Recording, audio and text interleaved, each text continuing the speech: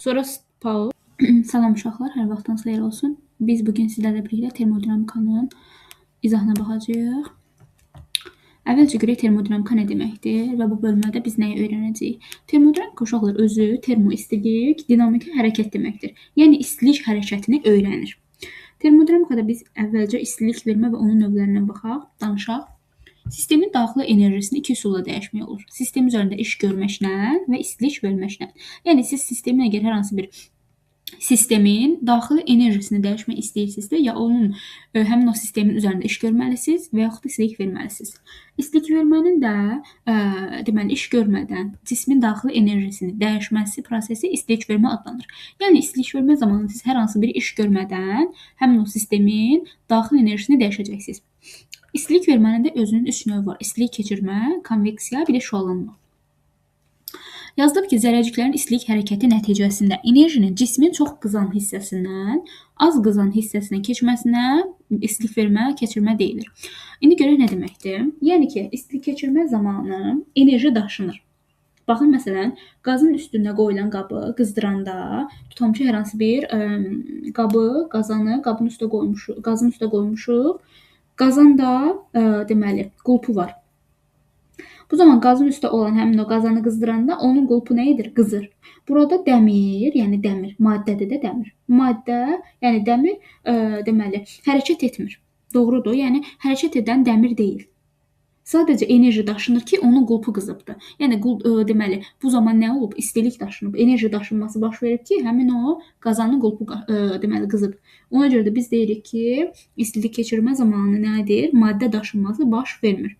Yenə qeyd etdiyim kimi maddə daşınması baş versəydi, deməli dəmir, yəni maddə hərəkət edərdi. Məsələn, metallar istiliyi yaxşı, qazlar isə çox pis keçirir. Bunlar da istilik keçirməyə nümunədir. Konveksiya maye və yaxud da ki, qaz axını ilə enerjinin köçürülməsi prosesidir. Yəni konveksiya zamanı artıq maddə daşınması nə edir? Baş verir. Konveksiya deməli bu zamanı maddə daşınması baş verir. Mayenin maye və yaxud da ki, qaz axını ilə daşınması deməli konveksiya adlanır. Məsələn, konveksiyaya misal olaraq biz nəyə göstərə bilərik? Suyu qızdıranda, hər hansı bir qabın içərisində su var, suyu qızdıranda qabın içində əvvəlcə suyun sıxılığı aşağıda az olur. Eləmi? Daha sonra nə olur? Yavaş-yavaş su yuxarıya doğru qalxır və bu zaman qızmağa başlayır. Kombilərdə də eynən radiatorlarda əvvəlcə hava və yaxud da ki, qaz aşağıdan qızır və havanın, yəni qazın özü yuxarı qalxır. Maddə nə edir? Daşınır. Deməli, maddə daşınması baş verib ki, hava deməli qızmağa başlayıb da, amma bayaq dediyim kimi həmin o istilik keçirmə zamanı qazın deməli qabın qulpu qızması zamanı maddə daşınması baş vermirdi. Enerjinin bir cisimdən digərinə elektromaqnit dalğası vasitəsilə verilməsinə isə şüalanma deyilir. Məsələn, günəş enerjisi yerə elektromaqnit şüalanması şəklində verilir. Şüalanmanın əsas fərqli xüsusiyyəti odur ki, vakuumda da baş verir.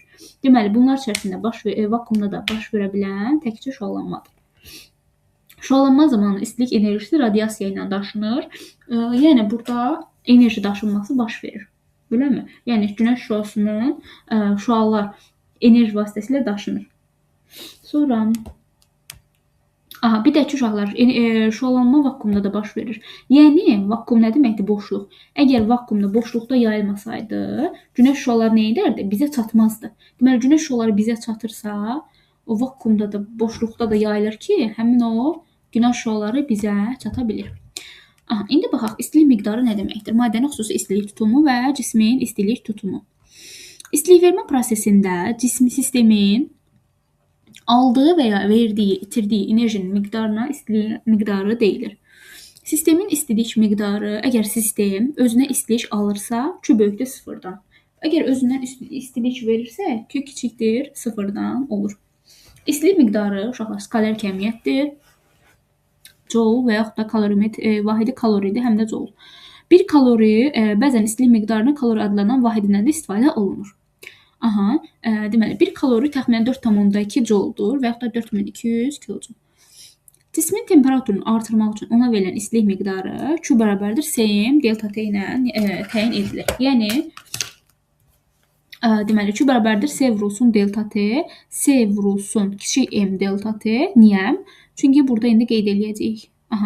bunu keçəcəyində Cm delta T, o da və yaxud da deməli temperatur daha bu. Kiçik vahidindən də istifadə etmək olar.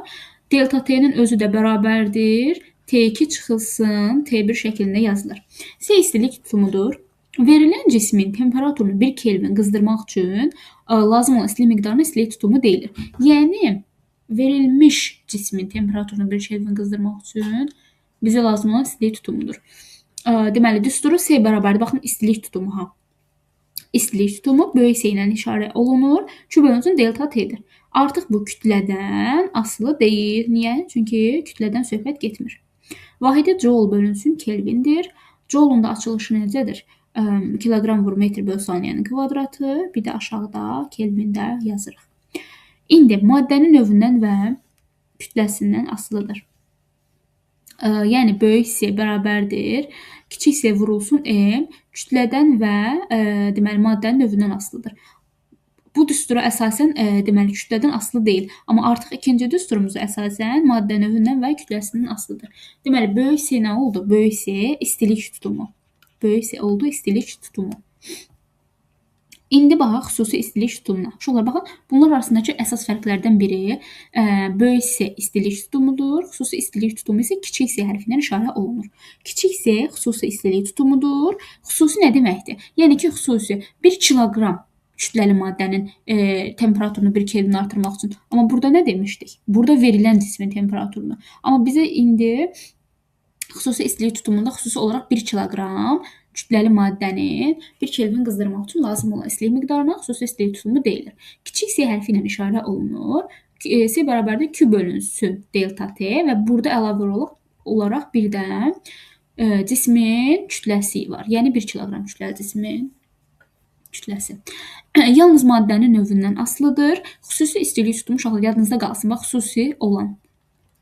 Xüsusi sözü varsa kütlədən asılı deyil. Q-dən, delta T-dən, M-dən asılı deyil. Deməli, istilik tutumu da Q-dən, delta T-dən asılı deyil, amma M-dən asılıdır. Bunu diqqətlə yadımızda saxlayaq.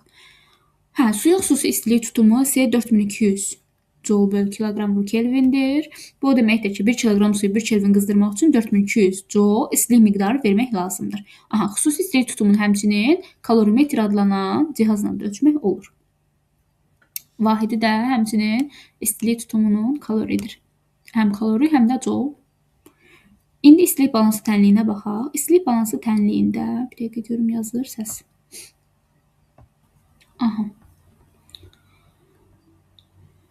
İndi uşaqlar, istilik balansı tənliyi nə deməkdir? İndi buna baxaq. Şəkili hardan çəkim? Bir dəqiqə.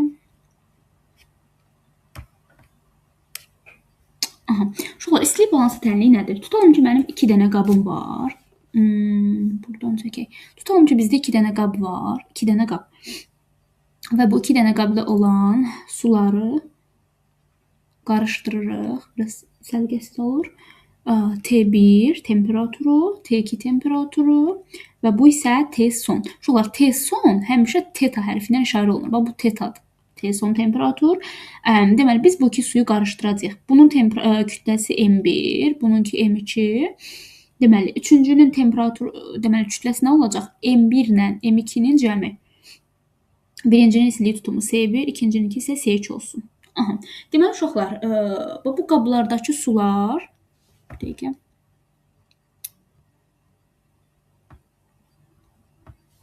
Tutalım ki, bu qablarda mayələr var. Deməli, uşaqlar, birincinin temperaturu yüksəkdir. Tutalım ki, T1-in temperaturu yüksəkdir. T1-in temperaturu yüksək olduğu üçün nə edir? Onun molekulları bir-biri ilə daha güclü qarşılıqlı təsirdə olur. Mən demişdim, temperatur artanda molekullar bir-biri ilə daha yüksək qarşılıqlı təsirdə olur. Yəni, toqquşmaların sayı artmağa başlayır.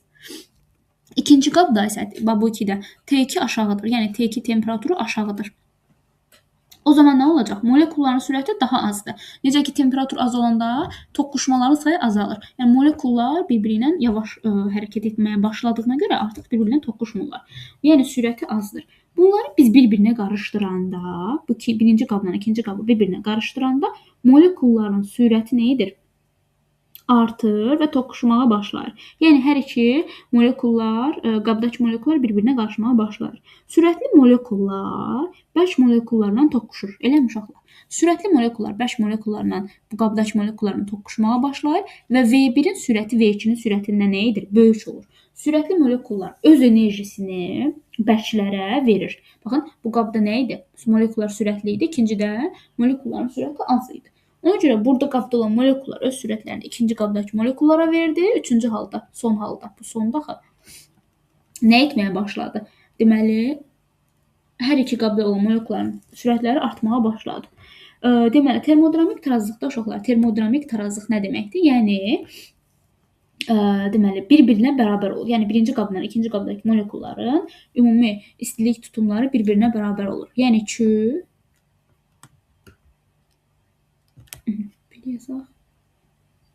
yəni belə olur. Baxın, Q1 bərabərdir C vurulsun.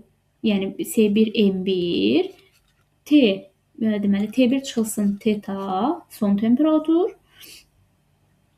İkinci isə Q2 bərabərdir C2M2 deməli teta çıxılsın T2 uşaqlar. Baxın, ikinci halda teta çıxılsın T2 yazdıq. İndi niyə yazırıq? İzah edirəm. Birinci maye uşaqlar soyursa, onda istilik verir. İkinci maye qızırsa, onda istilik alır. Deməli, istilik alır. İkinci qab nə olacaq? İkinci qabda maye soyur. Birinci qabda maye soyur deyə, maye soyur da istilik verir. Maye soyuyur. İstilik verir. Aha. Deməli, uşaqlar, mayenin soymasının səbəb nədir? İstilik verdiyinə görə maye soyur. Termodinamik tarazlıq halında Q1 ilə Q2 bir-birinə bərabər olacaq. Yəni, mən bunun açılışını deyirəm. Siz bunu ümumi, deməli, bunlar olmadığında əzbərləyə bilərsiniz. Baxın, Q1 ilə Q2-ni bir-birinə bərabər edeyim.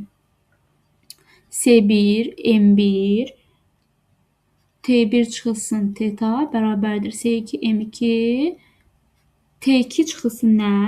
Deməli, C2, M2, teta çıxılsın T2. Aha, bu belə. İndi nə edəcəyik burada? Tetanı tapsaq, bizə nə lazımdır? Son temperatur. Yəni, iki qabdakı suları bir-birinə qarışdırdıqdan sonraki temperatur. C1, M1, T1 plus C2, M2, T2 bölünsün nə? C1, M1 plus C2, M2. Deməli, son temperatur almış olduq. Baxın, burada, deməli, düsturumuz necə oldu? Son temperatur üçün aldıqmı bu düsturu? Yəni, düsturun hardan gəldiyini izah etdim.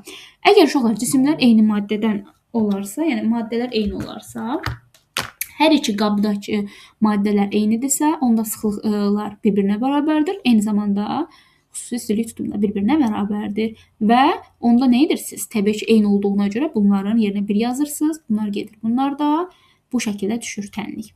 İkincidə necə olacaq? Baxın uşaqlar, M-in yerinə elə bir ki, ρV yaza bilərsiniz də. Əgər eyni maddə olarsa, sıxlıqlar eyni olur. Ona görə də nə olur? M-in yerinə ρV yazdıq. Ρ'lar eyni oldu. Qaldı bir dənə V1 T1 plus V2 T2 böl V1 plus V2. Aşağıda da M-in yerinə ρV yazdıqda ona görə V1 plus V2 oldu. Belə. Maddənin uşaqlar aqreqat halının dəyişməsi nə deməkdir? Biz bilirik ki, maddə aqreqat halı, bərk maye və qaz halında olur. Əgər temperatur dəyişməsi nəticəsində maddə bir aqreqat halına nə olur? Digər aqreqat halına keçir. Məsələn, bərk halda maye nə olur? Əriyəndə bərk halda maye halı keçir. Əgər mayeni bərk halına keçiririksə nə olur? Bərkidirik, yəni kristallaşdırırıq. Maye halından qaz halına buxarlanma, əksdən qaz halına maye halına keçmək isə kondensasiya adlanır.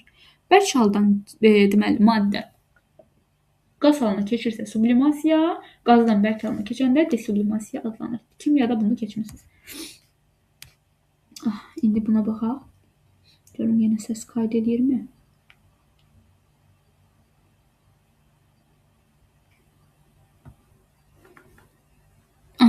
Deməli, ərimə və kristallaşma xüsusi ərimə istiliyi nədir? Maddənin bərk haldan maye halına keçməsinə dedik ki, ərimə deyilir. Məsələn, buz nə edir? Əriyir. Əks prosesə dedik bərkimə və yaxud da kristallaşmada deyilir. Kristal maddənin əridiyi temperatur ərimə temperaturudur. Bərk halda maye halına keçməsi üçün lazım olan istilik miqdarına da ərimə istiliyi deyilir. Bunlar ərimə ilə bağlı olan kəmiyyətlərdir. Q bərabərdir ərimə istiliyi, liambda vurulsun M şəklində yazılır. Liam da burada xüsusi ərimə istiliyidir. Baxın uşaqlar, bayaqlar dedim ki, xüsusi söz varsa M-dən asılı olmayacaq. Xüsusi ərimə istiliyi yalnız maddənin növündən asılıdır. Yenə də liambda nə oldu? Q-dən, M-dən asılı deyil, kütlədən asılı deyil. Vahidi nədir? Vahidini əzbərləməyə dəyməz. Liam da bərabərdir Q bölü M-dir. Siz bilirsiniz ki, xüsusi deməli istilik tutumu vahidi jouldur. Bu da kiloqram. Joulun da açılışı nədir? Kiloqram vur metrin kvadratı böl saniyənin kvadratı. Kiloqramlar gedir. Qalır nə? Metrin kvadratı böl saniyənin kvadratı şəklində.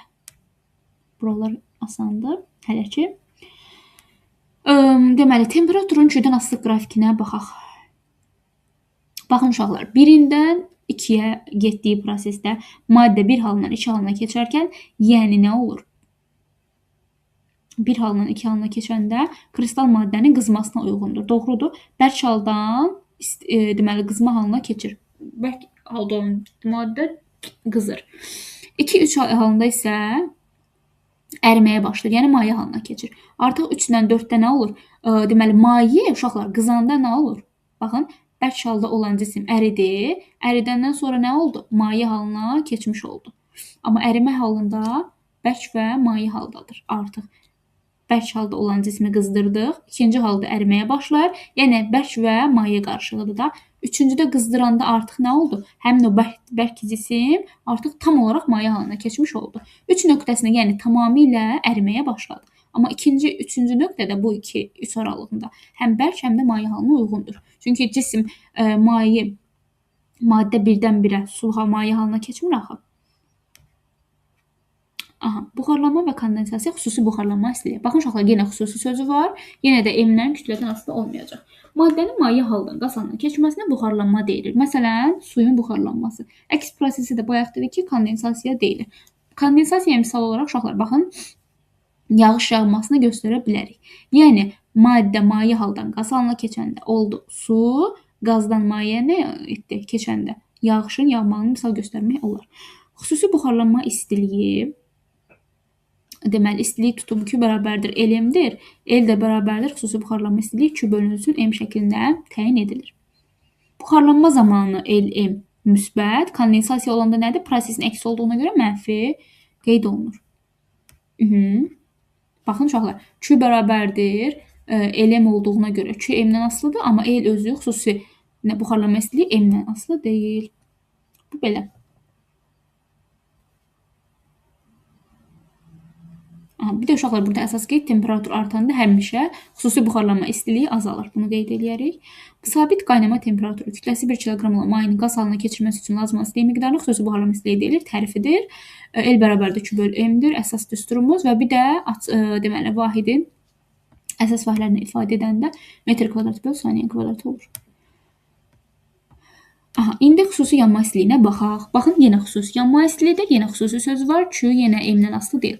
Xüsusi yanma istiliyi kiçik Q ilə işarə olunur. Q bərabərdir. Böyük Q bölünsün M. Böyük Q M-dən asılıdır yenə də. Vahidi yenə də metr kvadrat bölü saniyə kvadrat şəklində olur.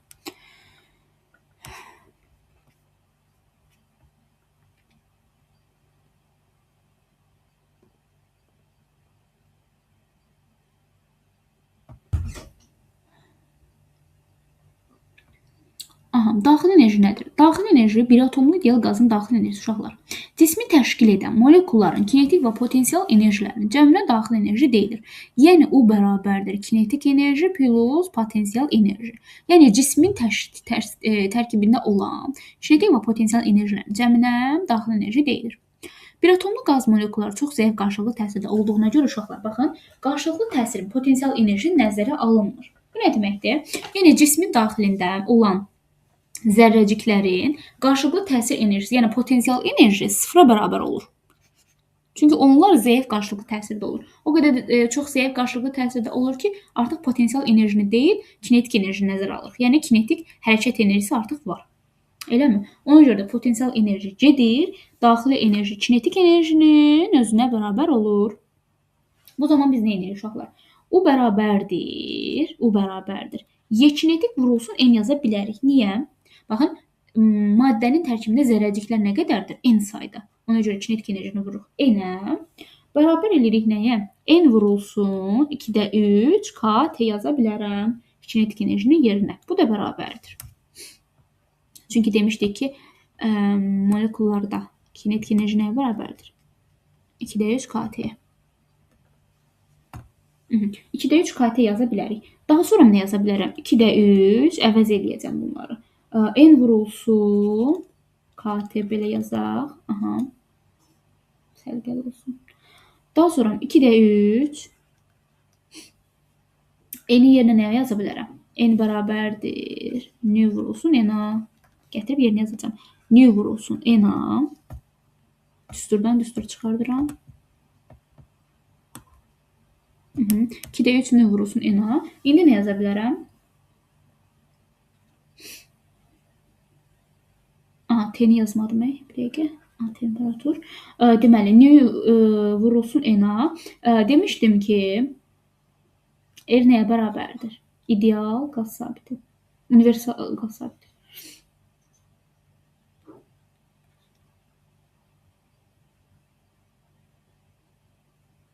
N-a vurulsun nəyə? K-ya. İndi N-a vurulsun K. Necə yazaq? 2-də 3 N, R, T ala bilərəm də. Daha sonra 2-də 3 N-nin yerinə M bölünsün böyük M, R-T-də yaza bilərəm. Bu qədər uşaqlar. Baxın, indi hardan gəlindiyini, çünki R bərabərdir K vurulsun N-a daxı, onun yerinə yazdım. Universal qaz sabiti R bərabərdir N-a vurulsun K-dır. Gətirib yerinə yazdım. Uşaqlar, baxın, doğrudan da biz bu ifadələri almış olduqmu? 2-də 3 KT-ni N-a, 2-də 3 N-R-T, M bölünsün böyük M-R-T və 2-də 3 PV-də yaza bilərsiniz. Yəni, mən düsturun hardan gəldiyini sizə bunları açıqladım. Siz bunlar olmadan da bunu da əzbərləyə bilərsiniz. Artıq hardan gəldiyini bildik. İndi burada da özünüz bilirsiniz də UT ilə düz mütənasib nə zaman? M sabit olanda, deməli, daxil enerji M-lə, N ilə düz mütənasibdə temperatur sabit olanda, temperaturla kütlə sabit olanda, P-dən, V-dən asılı deyil. Niyə? Çünki temperatur sabitdir, uşaqlar. Temperatur sabitdirsə, deməli, daxil enerjinin özü də sabitdir. Bunu yadımızda saxlayaq. Temperatur sabit olanda daxil enerji sabit olur. Çünki kinetik enerji ilə temperatur düz mütənasibdir. Kinetik enerji sabitdirsə, temperatur sabitdirsə, daxil enerji də dəyişmir. İndi uşaqlar, gəldik ən əsas məqamlardan birinə, termodinamikada işə. Baxın, yazır. Tez-tez yoxlayayım. Uşaqlar, termodinamikada iş nədir? Əsas mövzulardan, bölmələrdən biri. Termodinamikada iş. Uşaqlar, A' yadımızda qalsın. Qazın gördüyü iş həmişə A' qeyd olunur. Bu, deməli, hər hansı bir xüsusi mənası yoxdur. A' qazın gördüyü işdir, A isə xarici qüvvələrin gördüyü işdir. Bunu əsas yadımızdan çıxartmayaq. İzobar prosesdə qazın gördüyü iş təzyiqlə həcmin dəyişməsinin hasilinə bərabərdir. Görək, niyə belə olur? Qaz molekulları uşaqlar bilirik ki, nə edir? Xaotik. Nə deməkdir xaotik? Yəni, qarma-qarışıq hərəkət edir. Və nə edir? Bu qaz molekulları burada qarma-qarışıq hərəkət edir. Həmin bu porşenə müəyyən F qüvvəsi ilə təsir edirlər. Və porşenə nə edirlər? Baxın, müəyyən bir F qüvvəsi ilə təsir edirlər. Porşeni müəyyən H hündürlüyünə qaldırmış olurlar. Porşeni yuxarı delta H hündürlüyünə qaldırır. Bu zaman qazın gördüyü iş A' nə olur? Bərabər olur F vurulsun H-a. Biz bilirik iş düsturu Fs və yaxud da FH-dır da. İndi burada H hündürlüyünə qaldırırdı. H-la işarə elədik. Daha sonra nə edə bilərik? P vurulsun, S vurulsun H yaza bilərəm. Niyə? Çünki burada V bərabərdir. Bilirik ki, SH-dır da. S vurulsun H-dır. Deməli, təzyiqlə bizə deyir ki, izobar prosesdə. Ona görə P vurulsun S, F-in yerinə yazdım. Uşaqlar, baxın. Deməli, P bərabərdir. F bölü S deyil. F nəyə bərabərdir? P vurulsun S. Gətirdim, yerinə yazdım. P vurulsun S, vurulsun H. İndi biz uşaqlar bilirik ki, həcm özü nəyə bərabərdir? V bərabərdir, S vurulsun H. Deməli, P vurulsun delta V yaza bilərəmmi? Baxın, bir də qeyd edirəm. Biz bilirik ki, təzyiq. Ümumiyyətlə, qazın gördüyü işi təyin edəndə F vurulsun H yazdım. Niyə? Çünki bu qaz Porşenə müəyyən F qüvvəsindən təsir edir və bu porşeni müəyyən H hündürlüyünə qaldırır. Yazdım işi F vurulsun H. Adi iş düsturu. Daha sonra gətirdim F-in yerinə izobar prosesdə təzyiqdən söhbət gedir. P bərabərdir F bölü S-dir. F-in yerinə yazdım P vurulsun S. Bura qədər aydın olur. Həcm də yadımızda qalsın. V bərabərdir S vurulsun H düsturu var. S vurulsun H-ın da yerinə delta V yazdım. Deməli, tapdıq ki, qazın gördüyü iş A' bərabərdir. P vurulsun delta V. Delta V nədir? Həcmin dəyişməsi. V2 minus V1 yaza bilərəm də yerinə. Bəli, P vurulsun delta V. Daha sonra yazıram nü R delta T, M ölçüsü böyüyüb R delta T düsturunu istifadə edə bilərəm. Uşaqlar, qazın gördüyü iş yadımızda qalsın. Müsbətdir. Xarici qüvvənin gördüyü iş isə mənfidir. Deməli, xarici qüvvənin gördüyü iş əks işarə ilə götürülmüş, qazın gördüyü işə bərabərdir. Həcm artanda uşaqlar, baxın, qaz müsbət iş görür. Həcm artanda, yadınızda saxlayın ki, həcm artanda A' böyükdür 0. Belə yadınızda saxlayın. Həcm artdı, A' böyükdür 0. Deməli, bunun əksinə olaraq nə olacaq? Xarici qüvvənin gördüyü iş həmin dəqiqə mənfi olacaq. Həcm azalanda qazın gördüyü iş nə olur? Mənfi. Həcm azaldı, qazın gördüyü iş mənfi olur. Həmin dəqiqə avtomatik xarici qüvvənin gördüyü iş müsbət olur. Baxın, belə yadınızda saxlayın. Qazın gördüyü işi əzbərləyin, bilin ki, həcm artanda artır, həcm azalanda azalır. Xarici qüvvə üçün isə onun əksini həmin dəqiqə götürün. Baxın, təzyiqin həcmdən asılı qrafikinin də qazın, xarici yəni qüvvənin gördüyü iş ədədi qiymətçi qrafikin altında qalan fiqurun sahəsinə bərabərdir. Fiqurun sahəsinə verir bizə.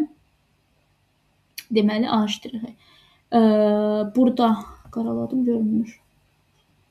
Aha, baxın, bu qrafikdə nədir? Həcm artır. Həcm artırsa nə edir? Baxın, həcm artır. Aha, həcm artırsa A' böyükdür 0-dan. Həmin dəqiqə nədir? A kiçikdir 0-dan. Belə yadımızda saxlayaq. Uşaqlar, izoxor prosesdə bilirsiniz ki, nə edir? İş görülmür də. A' bərabərdir 0, A bərabərdir 0-a. Çünki porşen hərəkət etmir və konstantdır və konstantsa uşaqlar, baxın, belə yadımızda saxlayaq. Hər hansı bir kəmiyyətin sabit olması dəyişmənin 0-a bərabər olması deməkdir. İmpulsda da bu qayda keçərlidir uşaqlar. Baxın, impulsda tutalım ki, deməli, sürət sabitdirsə, V bərabərdir konstantsa, delta V bərabərdir nəyə? 0-a. Bu ümumi qeyd yadımızda qalsın. Sonra tutalım ki, P bərabərdir konstantsa, delta P nəyə bərabərdir? 0-a. Bunu qeyd edin mütləq. Deməli, həcm sabitdirsə, delta V 0-a bərabərdir. O zaman yazıram ki, A' bərabərdir P delta V. Həcm sabitdirsə, delta V nəyə bərabərdir? 0-a. Ona görə deyirəm ki, izoxor prosesdə iş görülmür. Bu qayda ödənilir. Sonra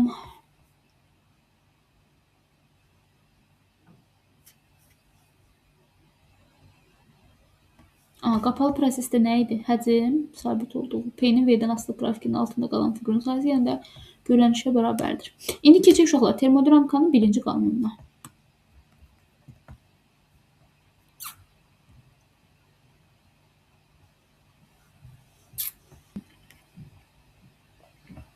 Deməli uşaqlar, termodinamikanın birinci qanunu. Sistemin daxil enerjisini iki yolla dəyişmək olar. Sistemin daxil enerjisini bayaq dedik ki, sistemə istilik verməklə, sistem üzərində iş görməklə. Deməli, sistemin daxil enerjisinin dəyişməsi delta ona verilən istilik miqdarı ilə xarici qüvvənin sistem üzərində gördüyü işin cəminə bərabərdir. Yəni, daxil enerji delta U bərabərdir sistemin daxil enerjisi. Ona verilən istilik miqdarı üzərinə gəlsin nə? Görülən xarici qüvvələrin sistem üzərində gördüyü iş. Yəni, sistemə verilən istilik miqdarı ilə həmçinin iş görməklə daxil enerjini dəyişmək olar. Ona görə də daxil enerji onların ikisinin birlikdə cəminə bərabərdir. Biz də demişdik, A nəyə bərabərdir? Mənfi A' və yaxud da bu şəkildə və ya. Başqa sözlə desək, sistemə verilən istilik miqdarı Q, onun daxil enerjisinin dəyişməsi ilə xarici qüvvələrin sistem üzərində gördüyü işə sərf olunur. Bu belə. Q-nü buradan necə tapırıq? Q bərabərdir delta U plus A'. Buradan necə tapırıq? Q bərabərdir delta U minus A. Bu belə. Uşaqlar, termodinamikanın birinci qanunu müxtəlif proseslərə tətbiqi. İzotermik prosesdə bilirsiniz ki, nədir? Baxın, bayaq dedim. T konstantdırsa, temperatur dəyişməsi həmin dəqiqə 0-a bərabərdir. Deməli, temperatur dəyişməsi 0-dırsa, daxil enerji nəyə bərabərdir? 0-a. O zaman Q nəyə bərabərdir? A'-ın özünə. Niyə? Baxın, burada 0-a bərabər elədikdə delta onu. Q bərabərdə A' oldu. Gördünüz? Burada da Q bərabərdir mənfi A-nın özünə. Deməli, uşaqlar, izotermik prosesdə daxil enerji nə edir? Dəyişmir. U bərabərdir konstant. O zaman delta U sıfıra bərabər oldu. İzotermik prosesdə T konstantdır, daxil enerjinin özü də konstantdır. Çünki temperaturla daxil enerji düz mütənasibdir.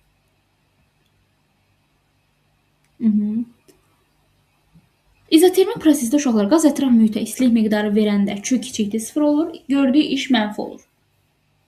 Baxın, Q kiçikdir 0 istilik verəndə A' kiçikdir 0-dan, həmin dəqiqə avtomatik olaraq A' deməli kiçikdirsə 0-dan xarici qüvvənin gördüyü iş A böyükdür 0 olacaq. İzoxor prosesdə isə uşaqlar həmişə demişik nə olur? Həcm sabit olurdu izoxor prosesdə.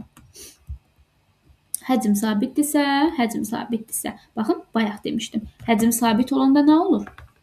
V bərabərdir konstant, delta V sıfıra bərabər olur. O zaman nə olurdu? A' bərabərdir A-ya, o da bərabərdir sıfıra. Niyə? Çünki A' bərabərdir P delta V-dir. Delta V sıfırdırsa A' nə olacaq? Avtomatik A'-dir adı sıfıra bərabər olur. Ona görə də izoxor prosesdə iş görülmür. Və bayaqki düsturları yenə bura tətbiq etmək olar. Qaz istilik miqdarı alırsa Q böyükdür 0-dan, delta U böyükdür nə? 0-dan.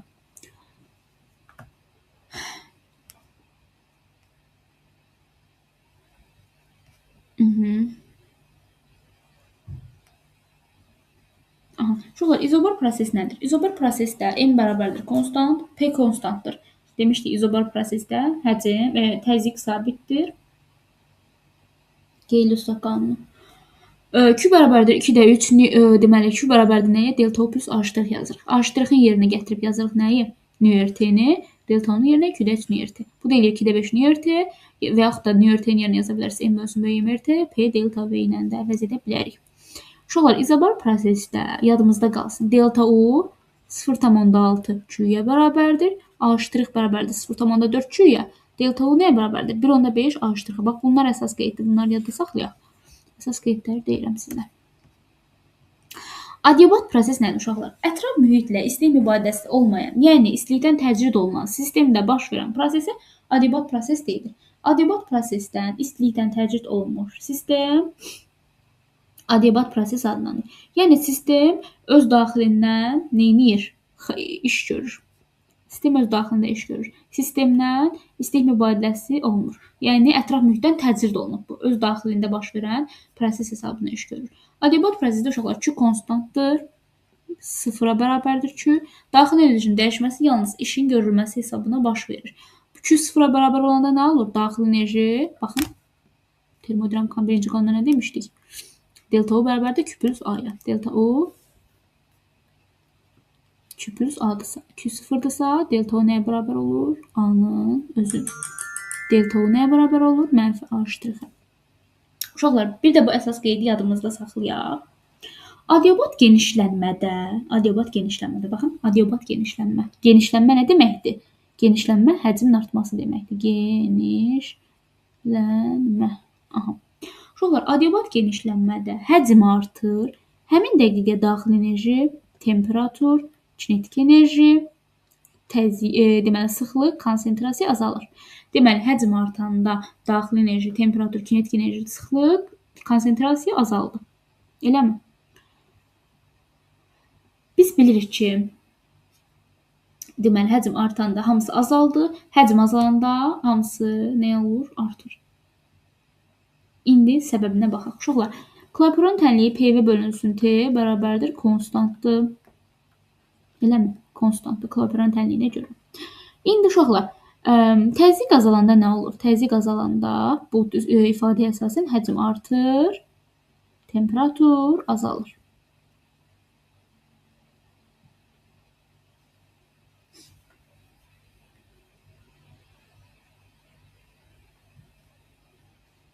Deməli, uşaqlar, burada Klaperon tənliyinə əsasən həcm artanda biz bilirik ki, təzyiq azalır, doğrudur. Çünki nədir? Təzyiq, deməli, həcmlə təzyiq tərs mütənasibdir. Doğrudur, temperatur sabit olanda. Tərs asılıdır. Temperatur azalanda da uşaqlar, təzyiq bir daha azalır. Bu düstura əsasən temperatur azalanda da azalır. Yəni nə olur? 2 dəfə azalmış olur da. Deməli, təzyiq kəskin azalır. Ona görə də biz adiabatik prosesdə baxın, adiabatik prosesdə kəskin azalmanı bu şəkildə göstəririk. Baxın, bu kəskin azalmadır. İzoterm əyrisi nədir? Demişdik ki, temperatur sabit olanda izotermik prosesdə baxın, izoterm əyrisi budur. Artıq adiabatik prosesdə təzyiq kəskin azalması bu şəkildə göstərilir. Biraz bunun kəskin versiyası. Bunlar oldu adiabatik prosesdə izoterm əyrləri və adiabatik əyri. Deməli, adiabatik prosesdə bütün təzyiqlə həcm nədir? Tərs mütənasib asılıdır. Yəni, bütün cəmiyyətlər həcmlə tərs mütənasib asılı olur. Ona görə də kəskin azalma baş verir. Aha. İndi bunlara baxaq. Uşaqlar, termodinamikanın ikinci qanunu. Təbiətdə baş verən istilik prosesləri yalnız bir istiqamətdə gedir. Həmin proseslər əks istiqamətdə baş verməsi mümkün olmur. Yəni, təbiətdə baş verən bütün istilik prosesləri yalnız bir istiqamətdə baş verir. Onun əks istiqamətdə baş verməsi heç vaxt mümkün ola bilməz. Baxın, uşaqlar, isti və soyuq cismi bir-birinə toxunduranda enerji nə olur? İsti cisimdən soyuq cisimə keçir də, doğrudur. Ola bilər soyuq cisimdən isti cisimə keçsin. Xeyr. Əks proses, yəni mümkün deyil, baş vermir. Termodinamikanın ikinci qanunu belə ifadə olunur. İstilik miqdarı öz başına soyuq cismdən isti cismə keçə bilməz. Yəni öz başına deyil də nə olsun, soyuq cismə isti cismə keçsin. Bunun üçün hər hansı bir başqa bir proseslər də lazımdır. Amma nə olur? İsti cisimdən birbaşa, öz başına olaraq soyuq cismə keçə bilər. Termodinamikanın üçüncü qanunu ki, təbiətdə mütləq sıfır temperatur almaq mümkün deyil, ancaq yaxınlaşmaq olar. Bunlar daha çox universitetdə keçilir, ikinci, üçüncü qanunu. Sadəcə tərifində bəs eləyir. Hələ termodinamikanın dördüncü qanunu da var. Sıfırıncı qanunu və birinci, ikinci, üçüncü qanun əlavə olaraq sıfırıncı qanun. İnşallah ki, universitetdə keçərsiniz, inşallah. İstilik mühərrikləri uşaqlar faydalı şəmsalı Karno düsturu görək nə deməkdir? Tez-tez buna baxım görüm. Video kayd edir.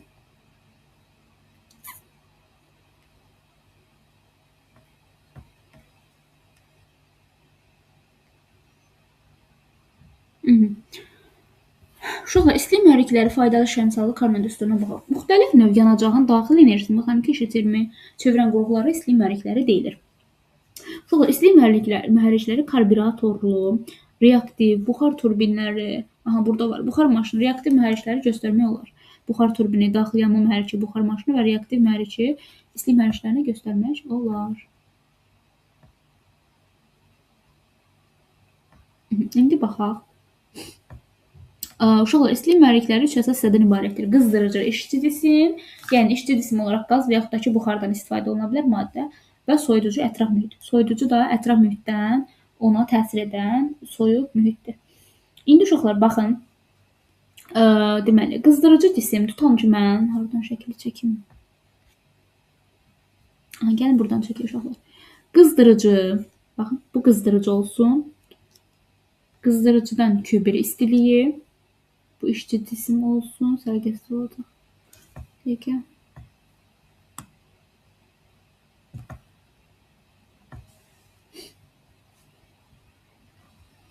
Deməli, qızdırıcının Q1 istiliyi, bu olsun işçi cisim, tam mərkəzdə. Deməli, işçi cisim A1 A'. Bu olsun soyuducu. Soyuducu, qızdırıcı, bu da olsun işçi cisim. İşçi cisim nədir? Yəni qaz və ya buxar, qızdırıcı, soyuducu da bu olsun. Uşaqlar, bu cisim tutalım ki, hər hansı bir A', işçi cisim və onun müəyyən hissəsini işə çevirir. İndi baxaq uşaqlar, qızdırıcı cisim işçi cismə nə edir? Q1 istiliyi verir. Qızdırıcı işçi cisimə Q1 istiliyi verir. İşçi cisim nə edir uşaqlar? Bu da Q2 yazaq. İşçi cisim müəyyən hissəsini, qızdırıcıdan aldığı istiliyin müəyyən hissəsini nə edir? Soyuducuya verir. Bu cisim yenidən əvvəlki vəziyyətə qayıtmalıdır ki, proses davam etsin. Ona görə də nə etmək lazımdır uşaqlar? Soyuducu da lazımdır. Yəni bizim bu prosesimizin təşkillanması üçün qızdırıcı Q1 istiliyini verdi A'. Bizə yenidən bu prosesin təşkillanması üçün bir dənə də soyuducu lazımdır ki, proses davam etsin. Ona görə də soyuducu da lazımdır. İşçi cisim öz enerjisinin bir hissəsini soyuducuya verir. Baxın, qızdırıcıdan gəldi istilik, Q1 istiliyi verdi işçi cisimə, işçi cisim də öz istiliyini bir miqdar hissəsini Q2-ni verir soyuducuya. Soyuducu nə edir? Onu əvvəlki vəziyyətə qaytarır. Yəni soyudur, daha sonra qızdırıcı yenidən qızdırır, işçi cismə verir, işçi cisim də öz istiliyini verir soyuducuya. Yəni prosesin davam etməsi, təkrarlanması üçün bizə mütləq soyuducu lazımdır. Deməli, qızdırıcının verdiyi yükü istiliyi iki hissəyə sərf olunur. Qızdırıcının verdiyi istilik iki hissəyə sərf olunur. Bir hissəsi işçi cismə, digər hissəsi isə soyuducuya verildi.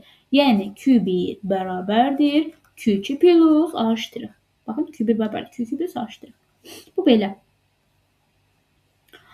Deməli, A' nədir? İşçi cismin gördüyü iş. A' də bərabərdir Q1 minus Q2 şəklində yazılır.